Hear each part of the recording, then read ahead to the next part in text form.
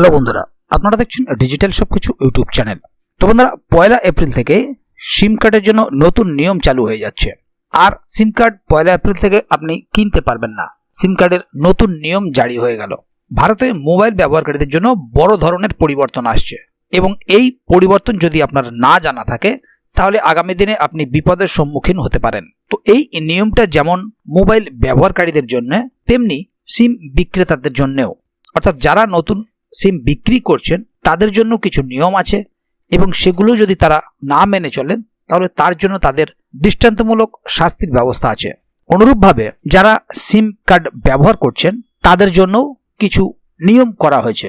সেই কারণে আপনারা যারা যারা সিম ব্যবহার করেন, বলতে গেলে আজকের দিনে প্রত্যেকটা মানুষের হাতেই মোবাইল ফোন আছে এবং একটা ছাড়া দুটো সিম তারা অনায়াসেই ব্যবহার করেন।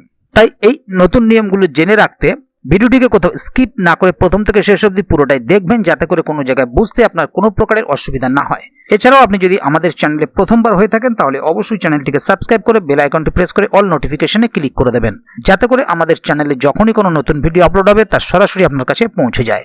তো চলুন দেখে নেওয়া যাক এখানে বিষয়টি ঠিক কি বলা হচ্ছে। এখানে দেখুন একটি আর্টিকেল প্রকাশিত হয়েছে। 1 এপ্রিল থেকে আর সিম কার্ড কেনা যাবে না, জেনে নিন নতুন নিয়ম। ভারতে মোবাইল ব্যবহারকারীদের জন্য বড় পরিবর্তন আসছে। সরকার নতুন নিয়ম চালু করেছে যা 1 এপ্রিল 2025 থেকে সিম কার্ড কেনা কঠিন করে তুলবে।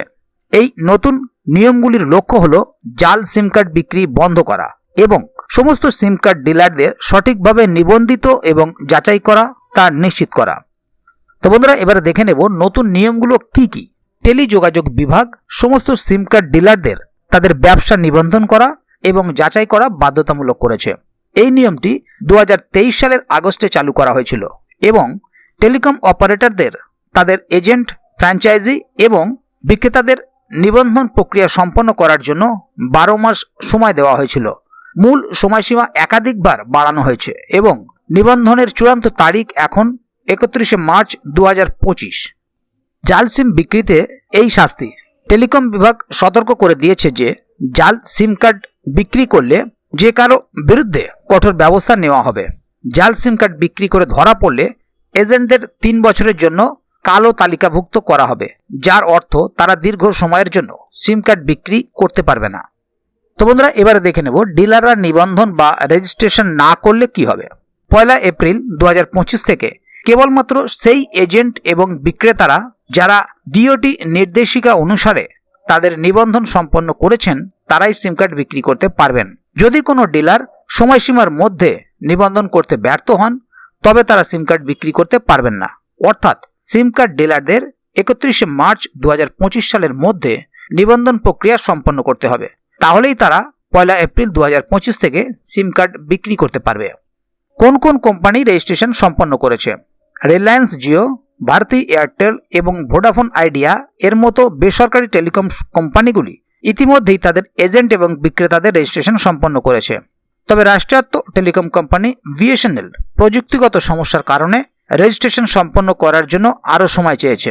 তাহলে বন্ধুরা, বুঝতেই পারছেন এখানে বিষয়টি ঠিক কি বলা হলো। এই নতুন নিয়ম যেটা চালু হয়েছে রেজিস্ট্রেশন প্রক্রিয়ার জন্য, তার বিভিন্ন রকম ডেট দেওয়া হয়েছিল বিভিন্ন সময় এবং বর্তমানে 31 মার্চ 2025 অবধি এই ডেট চূড়ান্ত করা হয়েছে। যদি তারা এর মধ্যে তাদের রেজিস্ট্রেশন সম্পন্ন না করে থাকেন তাহলে তারা সিম বিক্রি করতে পারবেন না এবং জাল সিম বিক্রিতে ধরা পড়লে যেমন শাস্তি, তেমনি যারা জাল সিম ইউজ করবেন তাদের ক্ষেত্রেও একই ধরনের শাস্তি হতে পারে।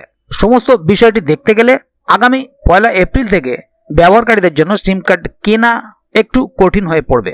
পাশাপাশি এ বিষয়ে যদি আগামী দিনে আরও নতুন কোনো আপডেট আসে তাহলে অবশ্যই আপনাদেরকে এই চ্যানেলের মাধ্যমে জানিয়ে দেওয়া হবে। সেই কারণে চ্যানেলটিকে সাবস্ক্রাইব করে অবশ্যই চ্যানেলের সঙ্গে থাকবেন, যাতে করে এই বিষয়ে আগামী দিনে আরও নতুন কোনো আপডেট আসলে তা সরাসরি আপনাদের কাছে পৌঁছে যায়। তো বন্ধুরা, আজকের গুরুত্বপূর্ণ ভিডিও আপডেটটি এখানেই শেষ করছি। ভিডিওটি সম্বন্ধে আপনাদের মতামত এবং আপনারা কে কোথা থেকে ভিডিওটি দেখছেন অবশ্যই কমেন্ট বক্সে লিখে জানাবেন। ভিডিওটি ভালো লাগলে অবশ্যই একটি লাইক দেবেন এবং বন্ধুদের জানার সুবিধার্থে ভিডিওটিকে শেয়ার করবেন, যাতে তারাও বিষয়টি সম্বন্ধে জানতে পারে।